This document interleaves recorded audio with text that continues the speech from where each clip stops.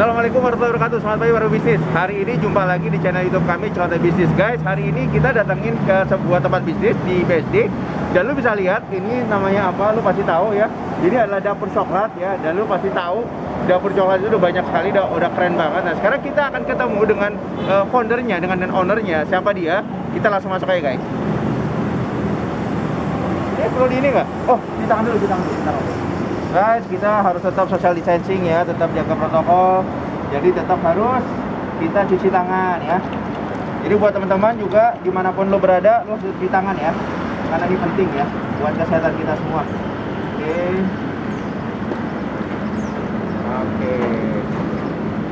Oke. Yuk kita masuk, guys. Oke. Halo, selamat siang, Mas. Guys, nah inilah pemilik bisnis coklat yang Bu Ei. Apa kabar, Bu Ei? Guys, thank you Bu Ei sudah mau di interview oleh kami. Oke, guys, kita lihat saja nanti ya. Lu tunggu aja, stay tune aja. Kita berikan ilmu daging tentang pebisnis dari Bu Ei, pemilik dari dapur coklat. Oke, see you.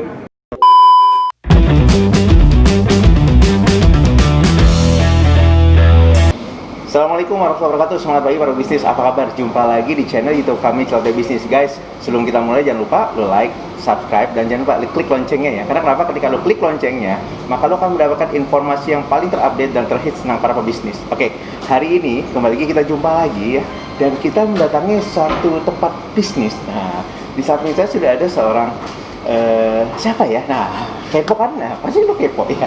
Kita langsung tanya, ini pebisnis yang udah luar biasa keren ya. Kita akan tanya kiat-kiatnya bagaimana memulai bisnis ini. Oke, halo, apa kabar Bu Ei? Hai, apa kabar? Sehat ya Bu Ei ya? Sehat ya, oke.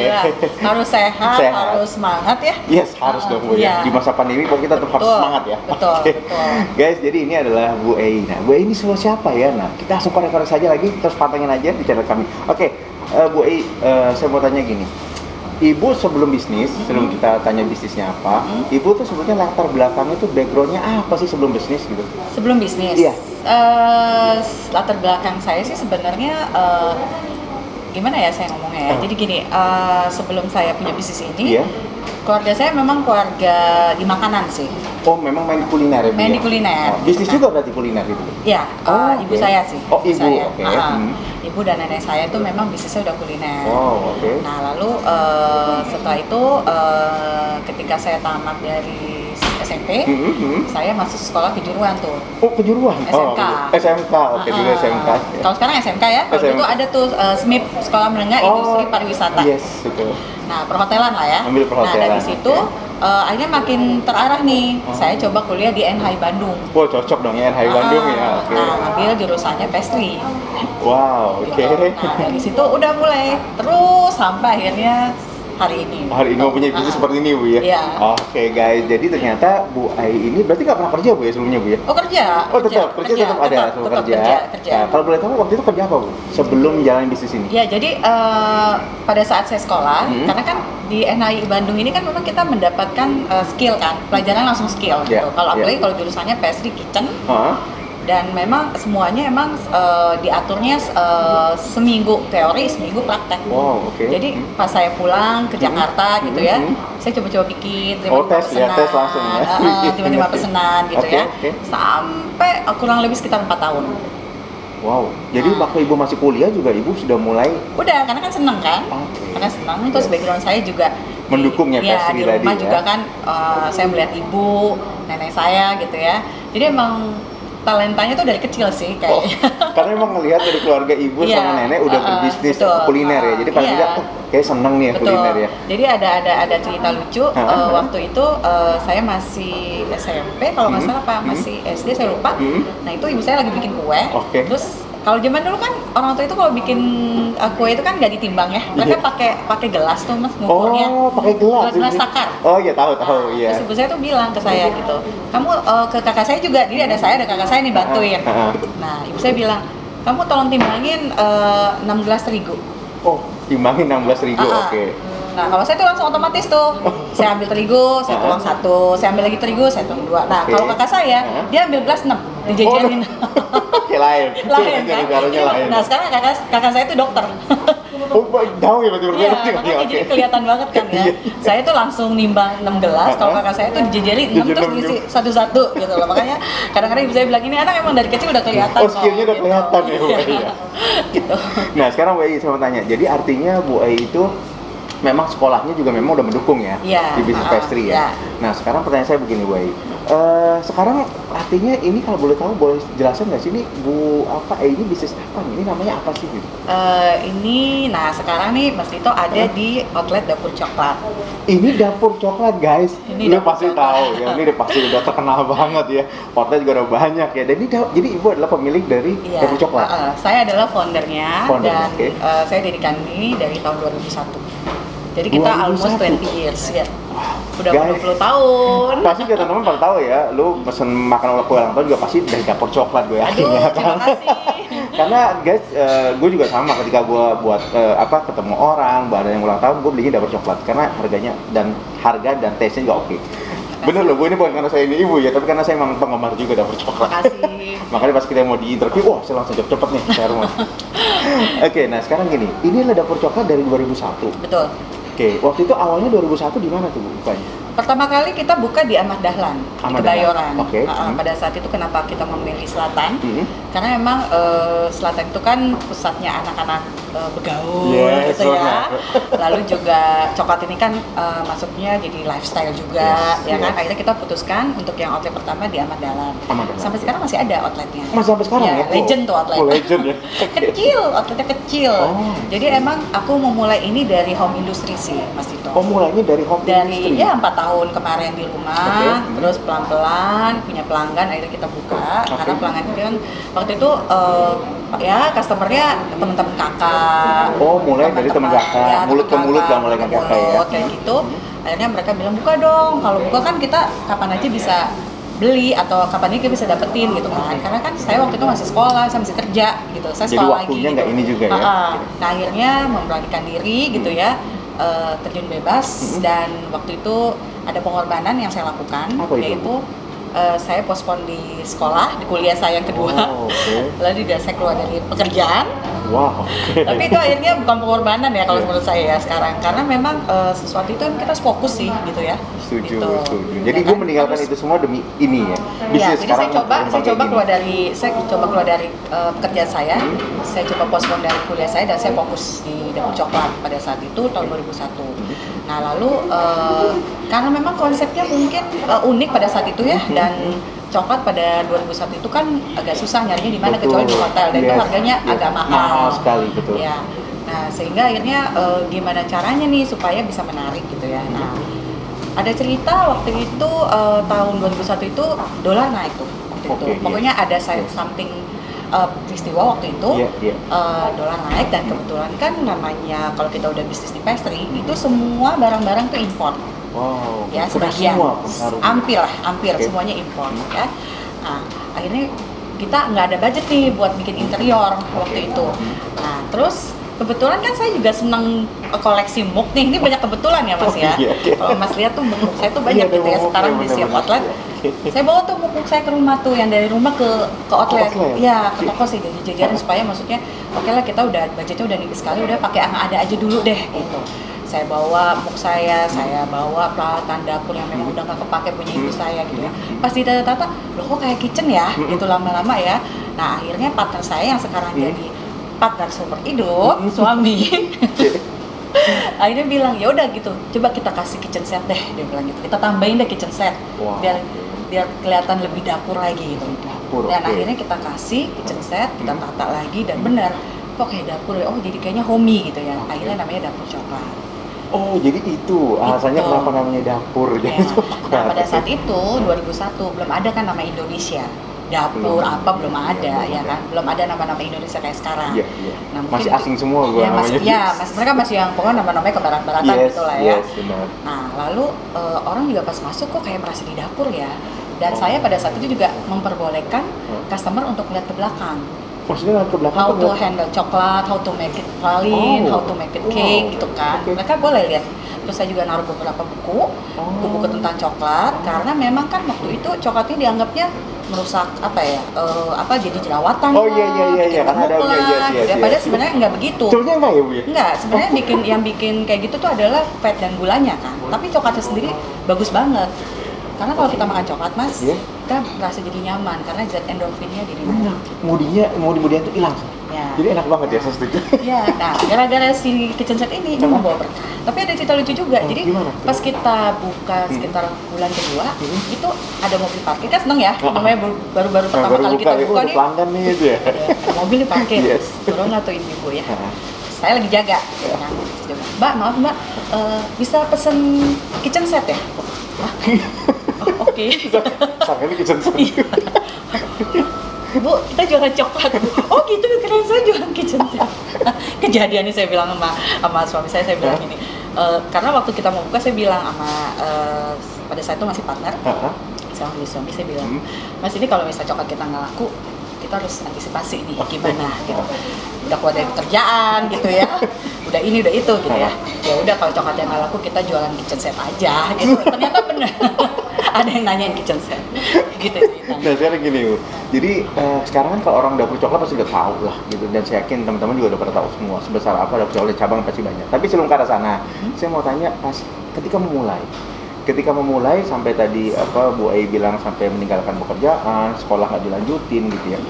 Saya jadi berpikir ketika awal itu, terus kemudian mau ini kerja berarti masih sendiri dong waktu itu? Belum ada karyawan atau gimana waktu di awal ya? Adalah ada karyawan, tapi kan nggak banyak ya. Maksudnya paling saya cuma yang satu di kasir, satu di belakang bantuin. Kan saya yang langsung terjun kan, saya masak gitu kan. Tapi produknya apa Bu kalau boleh tahu waktu udah pralin. Udah yang Mas lihat di belakang Mas itu udah coklat-coklat seperti itu, sama udah kue-kue yang kita jual. Dan kita fokus di coklat. Dari dulu berarti sampai sekarang memang produk udah ada dari kayak seperti ini? Iya. Nah sekarang cuma ada penambahan lah ya gitu kan. Makanya kan udah 20 tahun ya. Tapi memang dari awal kurang lebih udah dimulai seperti ini. Dari tahun 2001. Iya, makanya jadi memang something yang unik pada saat itu, dan orang tuh yang siapa sih yang nggak suka coklat ya? Oh siapa, semua suka. Ya kan? Nah, pada saat itu kan cuma ada coklat bar, yang wafer coklat itu di supermarket ya, gitu kan. Nah, seperti kayak pralin-pralin yang berbagai macam rasa ini nggak ada. Dan Ibu berarti salah satunya waktu itu dapur coklat 2001. Yes, kita pionir. Jadi pionir. Oke, nah sekarang tanya saya gini, kok Ibu sama tadi partner yang sekarang jadi suami, kok saya berpikir kok harus ke coklat? Apa Ibu tadi kan pastry? Nah, gimana tuh hubungan itu bisa ke arah sana Bu? Apakah ada survei dulu, Ibu melihat apakah jadi bagus? Yang pertama nih, saya itu cokoholik. Oh. Kalau suka makan coklat guys. Saya cokoholik. Terus saya kan sekolah di NH itu. Nah, ada pelajaran memang membahas tentang coklat. Satu semester. Nah itu kita bahas semua tentang coklat, kandungannya, gimana handle-nya, gimana bikin produknya dan segala macam. Ya udah akhirnya karena memang saya suka dan saya merasa aduh asik nih, saya nggak usah beli, saya bikin gitu kan. Lalu saya juga bisa membantu petani coklat pada saat itu gitu ya. Karena kan waktu itu kan coklat kan masih yang belum terlalu seperti sekarang lah ya gitu kan. Ya udah akhirnya udah deh coklat aja, karena emang dari 4 tahun yang saya di rumah itu saya emang udah jualan itu coklat. Jadi karena mulai dari cokoholik ya? Cokoholik ya, jadi memang suka coklat. Jadi artinya bisnis ternyata bener juga ya Bu Ai kalau orang bilang mulailah dari apa yang kita suka gitu ya? Mulai dari apa yang kita suka dan kita tahu ya? Kita suka dan kita tahu gitu ya? Karena kalau nggak tahu juga iya, kita harus ada skillnya. Gitu. Nah sekarang gini Bu Ai, pertanyaan saya, Ibu kan sekarang boleh tahu kalau cabang udah banyak nih. Modal pertama, kan orang pernah bilang, kalau bisnis mah modal harus gede segala macam. Nah, Ibu kalau boleh tahu waktu mau industri dulu, itu modalnya berapa kalau boleh tahu? Zaman dulu ya, 2001 itu 75 juta. 75 juta 2001. 20 tahun yang lalu lah ya. Lumayan juga ya, mungkin sekarang udah mungkin di atas yang ke 1 mungkin bisa kali ya, atau di bawah 1 kali kurang lebih ya. Antara 500 sampai 1 kali ya, kurang lebih. 1 lah ya. 1 ya kurang lebih ya. Satuan. Oke, berarti modalnya lumayan ya Bu ya. Ya lumayan, makanya jadi emang ini kayaknya nggak bisa main-main ya. Harus keluar dari pekerjaan, ya kan. Terus saya juga sedikit postpone ke kampus gitu ya. Dan ternyata enak ya bisnis ya. Gitu. Padahal 4 tahun kan udah di rumah, cuma kan nggak real ya, nggak real. Nah ketika udah ada outletnya dan udah ada karyawan ya, kita kan sudah ada tanggung jawab, udah ada fixed cost dan segala macam. Yes, benar-benar. Nah sekarang gini, jadi guys ya, jadi artinya Bu Ai ini khusus pebisnis hari ini memang cukup lumayan, modalnya besar ya. Jadi artinya teman-teman bisa ngelihat apa yang bisa diambil, ambil yang mau besar silakan, mau pinjam atau mau silakan. Uang bisa dari mana aja kok. Ya, namanya partnership bisa dari mana, bisa kolaborasi juga. Sebenarnya penting adalah skill kalau menurut saya. Skill nomor satu ya. Skill, karena yang punya uang banyak. Oke, kita bisa berpartner dengan mereka. Yes. Guys tuh. Justru skill itu priceless.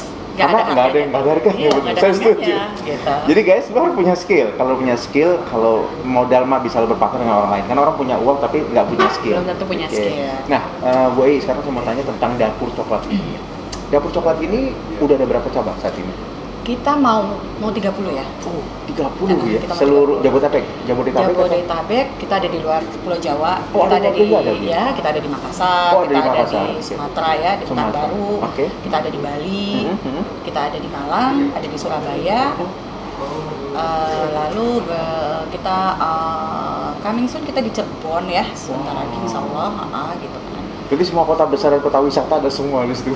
Iya, maunya begitu ya. Karena memang buat narik pasar mengarah sana, Bu ya. Iya, maunya begitu. Berkembangnya sih maunya begitu lah. Kayak gitu. Cover seluruh Indonesia.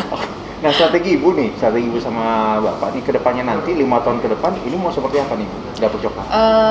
Kedepannya itu sebenarnya maunya ya kita bilang customer sih cokolaters kan. Cokolaters.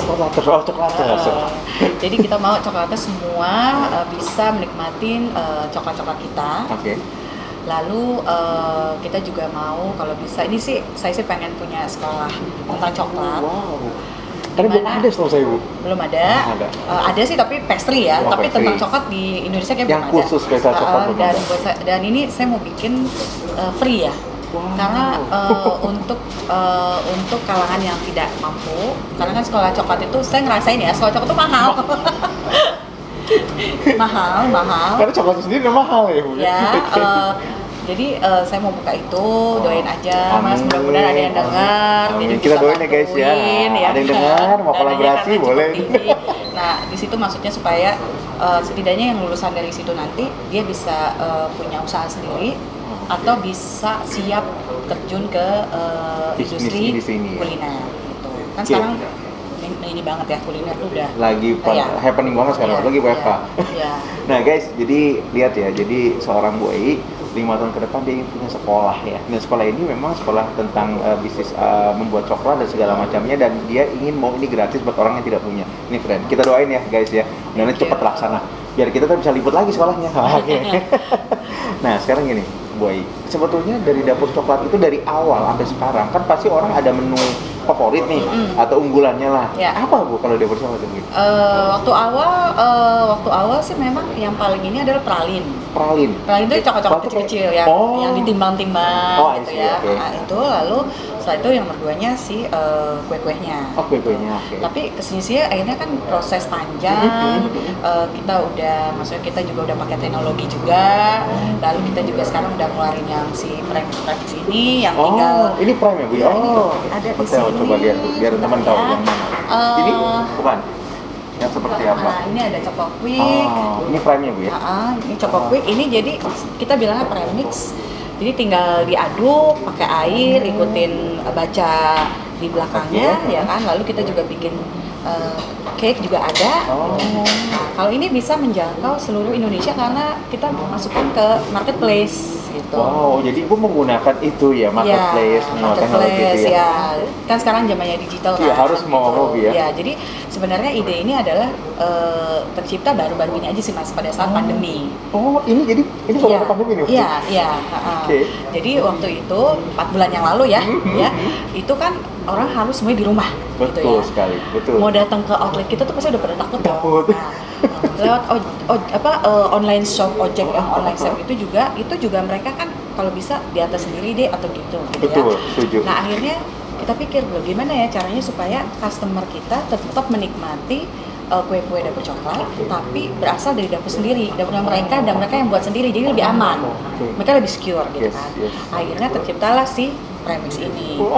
Saya ambilin ya, Bari ambilin yang spong yang mix. Lalu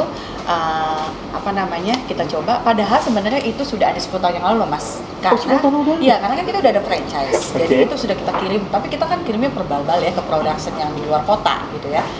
Tapi kenapa kita nggak jadiin kecil-kecil supaya customer kita tuh bisa nikmatin di rumah gitu kan? Iya, saset gini kan enak Bu. Iya, Praktis kan? iya, tinggal dicampur. Gampang sekali kalau bikin kue itu cuma kasih telur sama dikasih butter, panggang jadi. Dan anti gagal. Pasti jadi ya. Anti gagal. Anti gagal. Ya. Jadi ini salah satu antisipasi kita juga pada saat pandemi kemarin. Gitu. Jadi membuat di rumah pun tetap bisa menikmati tadi Ibu bilang ya tujuannya, menikmati dapat coklatnya. Ini Mas. Oh. Ini apa nih? Ini yang tadi saya cerita. Oh. Ini ada scone cake mix ya. Oh. Oke. Teman. Keren. Ini juga ada. Ini es krim. Oh, itu ada es krim juga. Ada es krim. Dan itu dibuat di dapur kita sendiri ya? Iya. Nah, kalau ini tadi minuman coklat ya. Oh, dan ini ya, kalau ini yang vanilla. Oh, vanilla. Ini yang vanilla. Jadi bolunya juga ada. Iya, bolunya. Dan ini semua bahannya udah tinggal di mix aja gitu. Iya, ya kayak ini cuma tinggal campur telur sama butter aja. Wow. Udah kocok, panggang jadi. Dikukus juga bisa, gitu kan? Guys, nah ini buat teman-teman ya yang mau suka buat kue dan ingin buatnya cepet gampang di masa WFH. Nah, ini aja nih langsung nih ya. Betul. Ini langsung lu beli aja. Ini enak. Karena sekarang orang-orang back to kitchen ya. Yes, benar. Jadi kreatif. Apalagi sekarang PSBB kedua. Jakarta ya. Tambah lagi, Bu. Iya. Nah, sekarang saya mau tanya. Jadi gini, jadi artinya sekarang Ibu kan udah punya hampir tadi outlet 30 ya? Hampir 30. Kalau boleh tahu karyawannya berapa, Bu? Karyawannya sih banyak ya. Sampai lupa guys. Sampai lupa. Tapi kan ada beberapa yang memang franchise juga kan. Oh, karena kan Dapur Coklat sudah ada franchise-nya. Oh, franchise udah. Oh, asli. Nah, kalau yang di sini ini outlet kita sendiri. Oh, sendiri ya. Jadi buat teman-teman yang mau franchise nanti hubungi aja langsung ke IG-nya apa, Bu? Kalau bisa sih ke ini aja, info@dapurcoklat.com. Info@dapurcoklat.com. Nanti kita taruh di caption ya guys ya. Jadi biar kalau mau nanya tentang berapa sih biaya segala macam siapa. Mau franchise ya? Nah, mau franchise ya. Kalian mau bisnis kan? Nah, sekarang Bu Ei, saya mau tanya. Ini kan Ibu tadi bilang memakai marketplace. Berarti memang apakah ini kan marketplace mungkin baru 6-7 tahun ini kali ya, 5-6 tahun inilah ya. Nah, Ibu mulai itu apa ada penambahan omset ya dengan masuk marketplace? Jadi sebenarnya kita mulai itu karena kurang lebih sekitar 7-8 tahun yang lalu kita tuh bingung gitu ya. Maksudnya bingung gimana? Karena sales kita turun gitu kan. Waktu itu. Kenapa? Nah, terus karena kan memang ini kan sebenarnya kan zaman digital ini kan millennials ya. Nah, kita kan orang-orang lama nih gitu kan ya. Baru sadarnya itu pas loh kok customer udah banyak yang nggak datang, tapi yang datang kok yang jaket-jaket hijau nih gitu. Ya kan? Oke, iya. Nah, ada apa ya? Terus kok ada medsos, ada ini dan segala macem gitu. Nah, akhirnya saya dan suami ini langsung switch. Ini pasti something wrong ya, ada apa nih? Ternyata dunia berubah. Kita harus update. Ya kan, dunia berubah dan beralih ke digital. Apapun sekarang online, ya kan. Udah, akhirnya tim kita kumpulin nih Mas. Jadi kita langsung meng-hire orang-orang muda. Orang digital, khusus online-nya ya? Saya udah nggak muda kan. Sama suami saya udah nggak muda nih, gitu kan. Kita panggil anak-anak muda semua dan sekarang akhirnya ya kalau bisa dibilang ya kita tampil dengan si zaman sekarang. Oh, jadi dengan sistemnya juga yang udah lebih ini lagi ya, lebih update lah dengan digital ya. Iya, karena emang harus ya. Kalau enggak kayaknya kita ketinggalan deh. Semua bisa emang harus mau itu tadi. Jadi yang saya alami selama mau 20 tahun ini adalah yang pertama itu tadi zaman berubah karena digital. Terus yang kedua adalah pandemi COVID-19. Nah, sekarang kita ngomong masalah pandemi. Ini kan kurang lebih udah 5 bulan nantinya ya pandemi. Iya, masuk 5 bulan. 5 bulanan lah. Bagaimana dengan omset di Dapur Coklat kalau boleh tahu? Pertama sih awalnya memang agak shock juga ya. Karena pada saat kita tahu tentang adanya COVID-19 ini, hal yang saya lakukan adalah yang pertama berkomunikasi. Kita berkomunikasi dulu nih dengan tim, dengan manajemen. Nanti manajemen turun ke bawah sampai level yang paling bawah, memberitahukan bahwa ini ada COVID-19. Efeknya begini, dampaknya begini. Lalu yang kedua beradaptasi. Gimana caranya kita tetap jalan? Makanya kita harus beradaptasi. Dilakukanlah protokol kesehatan, dilakukanlah strategi apa gitu ya. Dan yang ketiga adalah antisipasi. Karena kalau nyerah dan diam aja gimana gitu ya. Ibu punya tanggungan berapa? Betul. Nah, ada untungnya nih, Mas Ito, karena kita tidak di mall. Outlet kita tuh nggak ada di mall. Jadi tetap bisa buka gitu ya? Cuma memang terbatas ya. Karena kan kita harus mengatur semuanya dan kadang-kadang juga pada saat itu awal-awalnya tuh customer tuh mereka nggak perlu naik mobil, cuma pesen langsung kita anterin gitu kan. Bener-bener yang mereka ketat banget gitu. Yes. Kita harus ikutin itu. Jadi yang pertama komunikasi tadi, kedua adaptasi, yang ketiga antisipasi gitu. Tapi emang kerasa Bu ya, memang tentang omset pasti turun ya?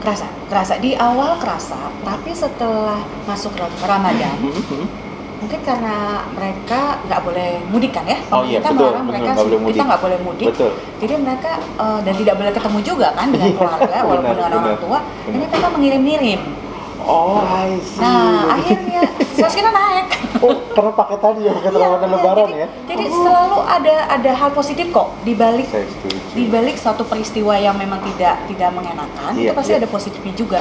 Contoh ya itu tadi, saya bisa ngeluarin produk baru, jadi sales kita juga bisa naik karena nggak boleh mudik, jadi mereka semua ngirim gitu kan. Dan jujur sales kita lebih tinggi tahun ini Lebaran daripada tahun lalu. Yang tahun lalu tidak ada pandemi ya, tapi jadi harus tetap positif, Mas Dito. Semuanya tetap positif, gitu kan. Jadi sebagai seorang pebisnis, Ibu berarti memang sudah menyiapkan bahwa ya kalau memang setiap ada suatu masalah, pasti ada hikmah yang bisa diambil gitu, Bu. Ya. Kenapa? Karena ada backgroundnya juga ya. Maksudnya di sini adalah kita harus punya satu tim yang solid. Tim yang solid. Tim yang solid. Kita nggak bisa kerja sendiri. Kita harus punya tim yang solid. Jadi ketika kita ada satu hal yang memang sangat urgent atau memang sangat yang bermasalah tinggi, dengan tim ini kita bisa atasin sama-sama gitu. Jadi tim itu penting juga ya? Penting. Jadi kita nggak bisa kerja sendiri sebagai pebisnis. Iya. Kita harus punya tim yang bisa mensupport juga bisnis kita. Betul. Oke guys ya, jadi dapat lagi banyak sekali informasi dari awal, informasi tentang strategi bisnis dari Bu Ei ya. Oke, kita korek lagi ya. Nah, Bu Ei sekarang gini, Bu Ei sudah merasa sukses belum saat ini? Saya nggak pernah merasa sukses. Kalau Ibu jawab seperti itu. Saya nggak ada. Buat saya gini, saya tuh cuma yang penting saya melakukan sesuatu selalu fokus aja sih. Melakukan sesuatu selalu fokus. Selalu fokus, sekecil apapun.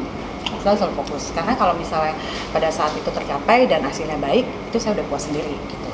Gitu. Jadi kalau misalnya saya bilang saya sukses sekarang, enggak, karena ada beberapa juga kan yang saya harus kerjakan gitu kan. Gitu. Nah, sekarang ya alhamdulillah kalau secara finansial alhamdulillah. Secara pengalaman alhamdulillah juga gitu kan. Networking juga udah besar gitu ya. Nah cuma kan nggak berhenti Mas, tetap harus ada yang dijalani lagi ya misal kayak saya senang ngebantu UKM gitu ya dengan pengalaman yang saya punya gitu kan. Dan sampai saat ini 9 to 5 saya masih megang R&D-nya Dapur Coklat gitu kan. Jadi masih pegang ya sih. Karena kan emang saya kan memang udah passion-nya ya gitu kan gitu. Nah, Bu Ei sekarang ini saya mau tanya lagi soal Ibu ada nggak sih kisah-kisah pernah ketika awal sampai dengan sekarang mungkin di tengah-tengah ini berbisnis ada mungkin merasa gagal? Ada nggak sih cerita yang bisa disampaikan, karena namanya bisnis kan pasti ada penurunan, ada, dan gue pernah merasa putus asa atau apa lagi? Jangan ceritain nggak sih lu ada? Dari perjalanan ini semua ya sampai hampir dengan 20 tahun ini saya cuma merasakan dua hal yang tadi tuh ya, yang ketika zaman berubah ke digital sama dengan pandemi ini. Sisanya sih saya pikir dinamik ya. Itu adalah perjalanan suatu bisnis ya. Kalau misalnya cuma status gitu kan artinya bisnisnya gitu-gitu aja gitu kan. Jadi emang harus dinamis. Kenapa? Supaya memang kita bergerak gitu kan dan kita jadi mengetahui apa yang terjadi di luar, apa nanti ke depannya trennya apa gitu ya. Jadi kalau menurut saya sih semua yang kendala atau apapun ya itu tadi karena memang mempunyai tim yang solid. Jadi saya pikir bukan jadi kendala. Akhirnya memacu kita untuk ayo ini ada toko kue baru, ayo ini ada ini baru gitu, ada menu baru, ada segala macam gitu. Saya selalu bilang dengan tim bahwa jangan berada di dalam satu gua Dapur Coklat aja sendirian aja gitu ya. Ya pokoknya yang udah nih pokoknya Dapur Coklat udah best lah, terbaik lah gitu ya. Udah karena udah mau 20 tahun dan udah pionir dan segala macam. Nggak bisa begitu. Kita tetap harus lari. Nggak boleh jalan di tempat.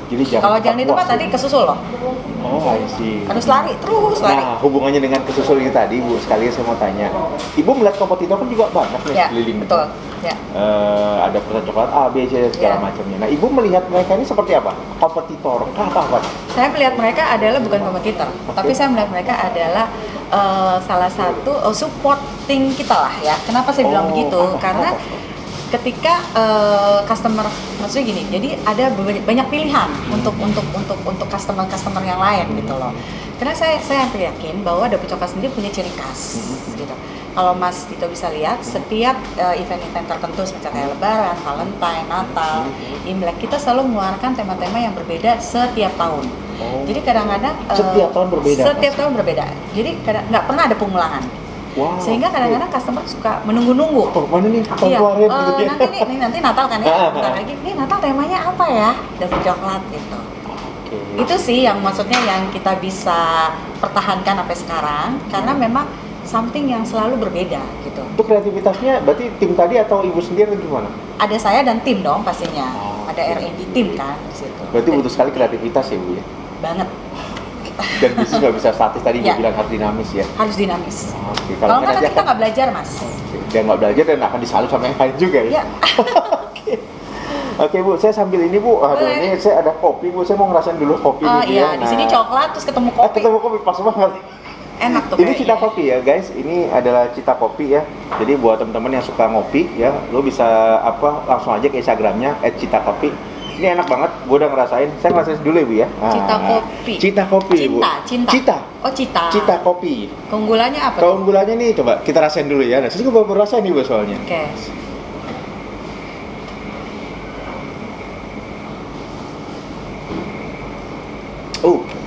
Manisnya pas banget ya Bu ya, nggak terlalu manis, tapi kopi juga kerasa. Dan harganya juga nih oke loh Bu. Nanti aku ini kepoin IG-nya. Oh boleh Bu. Guys, Cita Kopi ya, jadi lu langsung aja, harganya merakyat lah, kualitasnya oke ya. Silakan rasain aja nanti. Cita Kopi. Dan buat teman-teman yang memang yang mau di endorse juga bisnisnya, hubungin aja nanti di di email kita, nanti kita akan di caption, jadi lu bisa info aja, taruh aja barangnya, nanti akan kita endorse. Wow, keren jalan bisnis ya. Nah, Bu sekarang tanya saya gini selanjutnya, Ibu punya moto nggak sih yang bisa membuat Ibu sampai sekarang menjadi menjadi pebisnis yang luar biasa? Moto saya sih simple aja. Apa tuh? Never stop learning. Never stop learning. Yes. Jangan pernah berhenti belajar. Iya. Karena sampai akhir pun kita belajar terus ya Bu. Iya, betul. Dan kita jangan cuma merasa puas ya bisa dibilang ya. Iya. Walaupun guys ya, Dapur Coklatnya udah keren banget loh guys ya. Jadi udah besar sekali, tapi Bu ini ya orangnya mau terus belajar. Nah saya mau tanya omset nih Bu, boleh nggak sih ngomong omset? Omset? Oh, nggak apa-apa, kalau omset nggak masalah. Saya ketawanya lebar banget ya. Jadi mengartikannya apa lah gitu ya. Udah Pak, nanti saya tanya di belakang aja ya, jangan di. Ya alhamdulillah omset sih pastinya terus meningkat karena kan memang kita juga kan nggak berhenti berinovasi gitu ya. Ketika kita nanti ada sesuatu yang kok saya turun ya, nah kita langsung tuh duduk rame-rame ngebahas ada apa nih gitu. Karena yaudah gimana supaya si B ini jadi gini ya, kayak gitu deh. Jadi emang ya namanya kita kan berbisnis ya. Bisnisnya cuma dua Mas ketemunya. Untung sama rugi. Untung sama rugi. Cuma kalau rugi jangan konyol. Jangan kebangetan gitu. Iya, jangan kebanyakan. Gak apa-apa, tetap ada untung dan rugi. Pasti karena dengan itu ya. Karena dengan kalau misalnya kita tiba-tiba rugi, kita jadi belajar Mas. Kita jadi belajar, kenapa kita rugi, apa nih, ada yang salah nggak nih, gitu. Nah kalau untung terus tiba-tiba zdak, misalnya kena COVID-19, stres gitu kan. Langsung give up gitu ya. Give up gitu kan, nah, jangan. Sekarang saya mau tanya nih Bu, nih buat teman-teman juga marah nih pertanyaan seperti ini. Jadi pebisnis, orang bilang harus siap mental untung dan siap mental rugi, benar nggak sih? Betul. Pasti harus ada itu dua-duanya. Ada itu. Gak mungkin untung terus Bu. Yes, betul. Bisnis hebat apapun gak mungkin untung terus. Benar, karena gini, kita lihat deh ya, nggak usah jauh-jauh. COVID-19 ini yang sekarang lagi yang kita sedang hadapi. Berapa banyak perusahaan besar yang kolaps? Yang kita tuh, masa sih gitu kan? Padahal udah besar loh Mas. Ya, kok bisa? Bisa, makanya tetap harus disiapkan. Untung dan rugi itu tetap harus. Mental tuh harus ada ya. Ada. Nah, kalau untuk di awal itu perlu mental, kan orang bilang mental pebisnis, mental karyawan kerja sama orang itu emang masih ada bedanya. Gimana Bu? Ibu bisa nggak definisi itu dua hal tadi? Kan banyak tuh quote-quote tuh, mental bisnis, mental karyawan gitu. Kalau saya ngambilnya simpelnya aja ya. Jadi gini, kalau kita kerja sama orang, kita pasti akan ada hitung-hitungannya. Pasti ada hitung-hitungannya. Pasti Iya. ya, gitu kan. Apalagi Mas Dida karyawan ya? Saya enggak, udah bisnis juga. Ya pasti waktu jadi karyawan gitu. Pasti, iyalah. Saya ngitung Tapi lah ketika pasti. kita punya satu bisnis, itu kita nggak akan hitung-hitungan, Mas. Malah kita tuh jadi lebih adrenalin lebih naik. Gimana caranya supaya ini nggak fail? Jadi kadang-kadang yang harusnya kita liburan, kita nggak jadi liburan. Ini saya alami banget ya. Jadi orang-orang liburan nih, saya nggak liburan. Kenapa? Karena outletnya lagi rame. Jadi saya harus stay. Nanti kalau udah pada liburan, saya baru liburan sama keluarga. Anak-anak saya udah ngerti banget. Udah tahu lah ya. Udah ngerti banget. Lagi pik-pik jangan liburan. Iya. Jadi perbedaannya itu, dan kita bisa mengatur waktu juga ya sebenarnya. Kalau misalnya kita kerja sendiri gitu. Dan tentu saja pasti kita lebih sense of belongnya lebih tinggi lah gitu kalau kita punya sendiri, dan ada proud ya di dalam diri kita bahwa wow, aku punya something gitu ya, kita punya sesuatu nih gitu kan, besar atau kecil tapi hasil keringat sendiri. Besar atau kecil tapi hasil prosesnya beda ya. Iya, prosesnya beda. Lain kalau kita kerja, kita udah kerja mati-matian dan segala macam, pas buka bill transferan kok cuma segini ya, kayaknya gue udah capek deh. Karena hitung-hitungan tadi ya, itu bedanya. Tapi kalau misalnya kita punya sendiri, alhamdulillah. Disyukuri, mau kecil, mau gede, gitu. Guys, keren loh, setuju nih. Gue setuju nih sama Bu Ei ya. Jadi artinya memang itulah kenapa seorang pebisnis tadi memang dia nggak hitung-hitungan ya. Karena dia merasa dia punya dia sendiri. Saya bilangnya lebih ini ya. Iya, betul. Oke, guys. Jadi mulai sekarang buat teman-teman yang mau punya masalah dengan waktu, ya lo harus bisnis. Karena dengan berbisnis waktu lo bisa diatur sendiri, nggak diatur orang lain. Setuju ya Bu? Oke. Nah Bu Ei, sekarang tanya saya gini. Orang tua masih hidup nggak? Kenapa? Orang tua masih hidup? Ada ya? Pertanyaan saya gini, sebesar apa orang tua itu mensupport bisnis ibu? Dari mungkin awal, gitu. Kalau sekarang mungkin udah besar, dari awal seperti apa? Sebenarnya sangat mensupport. Jadi pertama kan yang saya cerita tadi di awal, karena ibu saya kan ya, ibu saya kan memang sudah punya bisnis makanan. Jadi ya itu juga akhirnya dia melihat, dan saya disalurkan, diarahin gitu ya, disalurkan ke sekolah yang memang untuk skill tentang kuliner kue ini gitu kan. Terus yang kedua adalah orang tua saya itu agak nggak terlalu yang gimana ya, mereka santai kok. Mereka santai. Jadi pokoknya kamu mau jadi apa, kamu mau ngapain, yang penting kamu fokus. Yang penting fokus. Kamu cuma mau jadi ibu rumah tangga pun, tapi kamu fokus supaya ya anak-anak kamu jadi baik gitu ya, berprestasi gitu ya, dan nggak harus kamu jadi dokter, nggak harus kamu jadi presiden, kamu jadi ini tapi apapun itu kamu fokus. Itu memang itu aja sih, orang tua saya cuma ngomong gitu aja. Itu paling keras justru. Jadi nggak bla bla bla apa gitu, nggak. Orang tua saya itu santai sih emang. Singkat tapi memang itu emang harus fokus memang. Itu harus selalu fokus, hasil juga pasti bagus ya. Dan memang setiap kita mau usaha ya kita harus punya skillnya, dan kita harus mengerti Mas. Skill tadi ya Bu ya. Iya, kita harus mengerti. Saya senang bikin kue, ya udah saya buka toko kue. Saya senang jahit, ya udah saya buka butik gitu ya. Gitu kan. Berarti ada actionnya dong ya Bu ya? Iya, saya senang nulis, ya udah saya bikin buku gitu. Karena kalau udah begitu, apapun kendalanya kita bisa atasin. Karena itu adalah passion kita gitu. Jadi emang harus ada passion ya Bu ya? Nah sekarang kalau anak-anak ibu udah ada yang juga jalanin bisnis ini atau gimana? Anak saya dua Mas. Anak saya dua. Yang pertama dia ikut saya di kuliner. Sekarang dia penulis. Dia juga sempat kerja juga di beberapa hotel. Dan sekarang dia fokuskan sebagai penulis gastronomi. Gastronomi berarti itu ya? Tentang makanan. Jadi dia bisa tuh cuma nulis kopi, atau dia cuma nulis coklat, atau nulis somai, itu panjang. Jadi orang tuh aduh jadi pengen makan somai, aduh jadi pengen minum kopi gitu loh. Keren. Itu di sekolahin loh. Kasih lagi gaji Bu. Iya. Lalu yang kedua otomotif, dia pembalap. Pembalap. Yang satu ikut bapaknya, yang satu ikut saya. Gitu. Tapi memang yang pertama ini ikut juga berarti ibu ya? Iya. Sampai sekarang juga berarti? Ya sekarang masih di sana sih. Masih di sana. Jadi selesaikan sekolahnya dulu, baru mungkin nanti for good ya dia coba mulai bisnis lah. Ya, karena kan memang harus ada putri mahkota atau yang menggantikan ini Bu ya, udah sebesar ini soalnya. Iya. Nah sekarang gini Bu, saya mau tanyain impian ibu terbesar ya, impian ibu terbesar dari bisnis ini. Apa yang mau ibu persembahkan kepada keluarga gitu ya? Ya sebenarnya sih saya berharap ini akan turun lah ke anak cucu gitu ya. Karena kan memang memulainya kan tidak mudah. Saya juga dari rumahan gitu ya, dan banyak historinya gitu loh Mas. Jadi alangkah senangnya kalau memang nanti dilanjutkan ke anak cucu. Gitu juga dengan tim-tim yang memang udah saya anggap seperti keluarga gitu. Tim manajemen saya ini saya bangga sekali punya mereka gitu ya. Saya sangat bangga sekali punya mereka. Jadi saya juga berharap mereka pun nanti sewaktu-waktu juga bisa punya dapur coklat juga, mungkin di kotanya, mungkin nanti di mana gitu ya. Jadi Ibu buka peluang itu juga buat mereka ya? Iya. Iya, saya buka peluang itu juga karena memang ada 4 poin ya ketika kita memang mau membuka bisnis ya Mas, apapun bisnisnya. Yang pertama adalah kita tentukan dulu nih produknya apa. Tentukan produknya apa? Ya, produknya apa. Boleh fashion, boleh kuliner, apapun ya Mas ya, boleh jasa. Dan yang kedua, ada nggak marketnya? Kita lihat. Ada nggak marketnya? Gimana marketnya? Oke. Lalu yang ketiga, tim. Jangan kerja sendiri, harus ada timnya. Karena kita nggak bisa kalau kerja sendiri Mas. Nanti tidak terjangkau semuanya. Kita bukan Superman ya Bu ya? Betul. Nah, yang keempat, let's God do the rest. Jadi biarkan ya Tuhan lah yang memberi.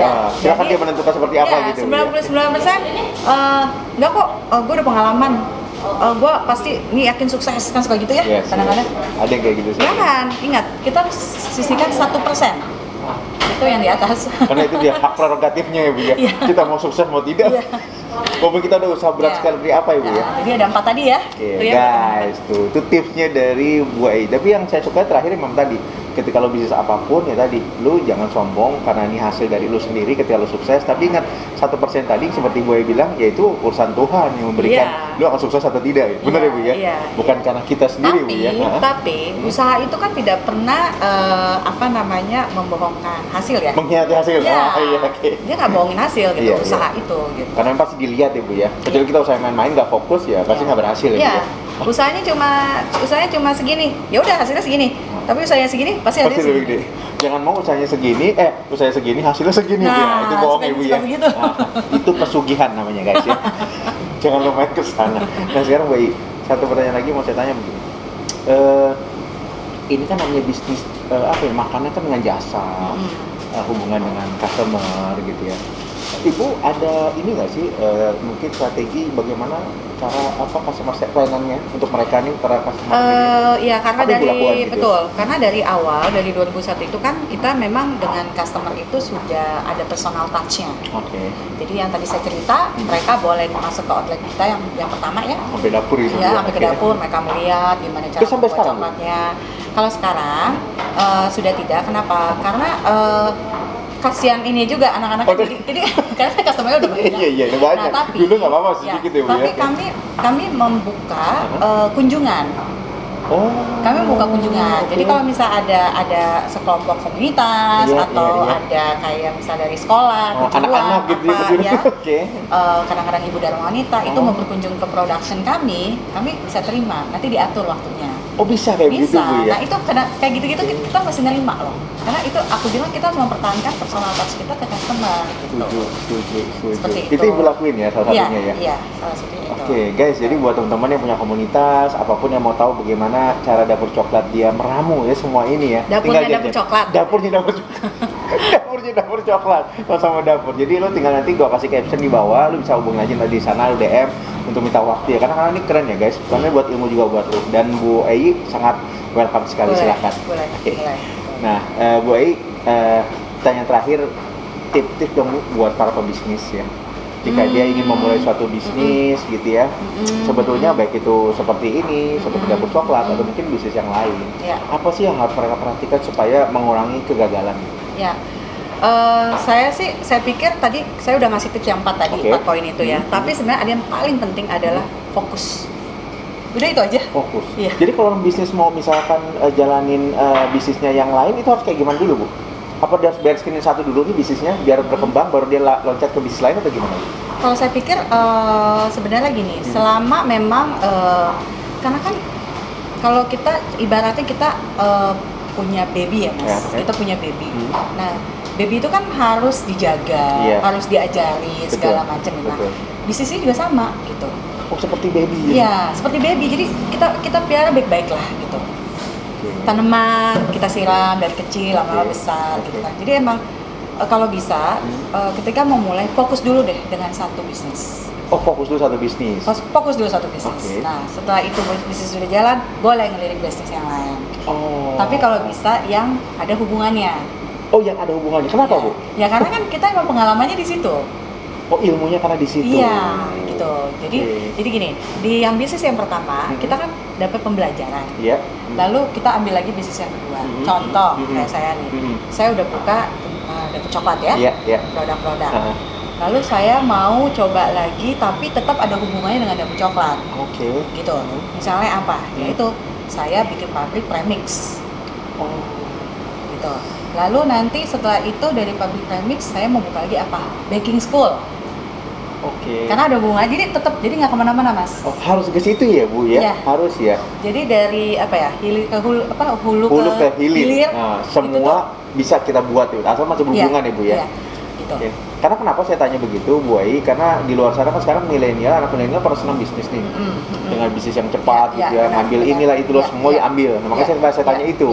Harus fokus nggak sih? Apakah kita bisa nyoba semua bisnis tapi berbeda-beda? Ternyata tadi kalau Ibu saran Ibu ya fokus dulu di satu, gitu ya. Fokus dulu di satu. Walaupun mau ngambil udah jalan dengan yang hal yang sama lah, yang artinya berhubungan lah ya. Betul. Oke guys, nah jadi ya buat teman-teman ya, ini tips lagi buat dari Bu Ai ya, founder dari Dapur Coklat.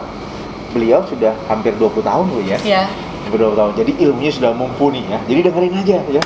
Jadi buat yang mau smart bisnis, boleh nggak mau smart bisnis, tapi ingat tadi kata Bu Ai, seperti lo punya baby. Jadi lo yang rawat yang baik, kalau dia udah bagus, dia bisa makan, dia bisa ngomong, lo ambil lagi bisnis yang lain. Iya.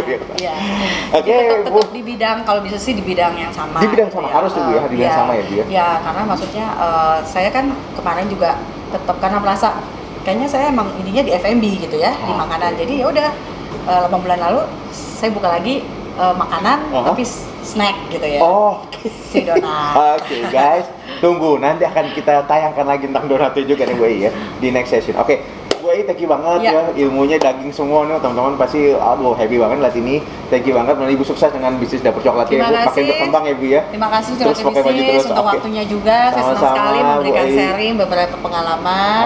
Mudah-mudahan bermanfaat. Amin. Mudah-mudahan, dan saya doakan untuk teman-teman sekalian yang pada saat ini terdampak COVID-19 terus bergerak, terus berusaha dan tidak menyerah di situasi seperti ini. Pasti ada jalannya. Oke, thank you guys, thank you banget sudah ikutin dari channel YouTube kami, Soal Bisnis. Jangan lupa di like, subscribe lagi guys ya. Oke, itu saja, terima kasih, sampai ketemu di sesi yang berikutnya. Assalamualaikum warahmatullahi wabarakatuh. Selamat pagi para bisnis.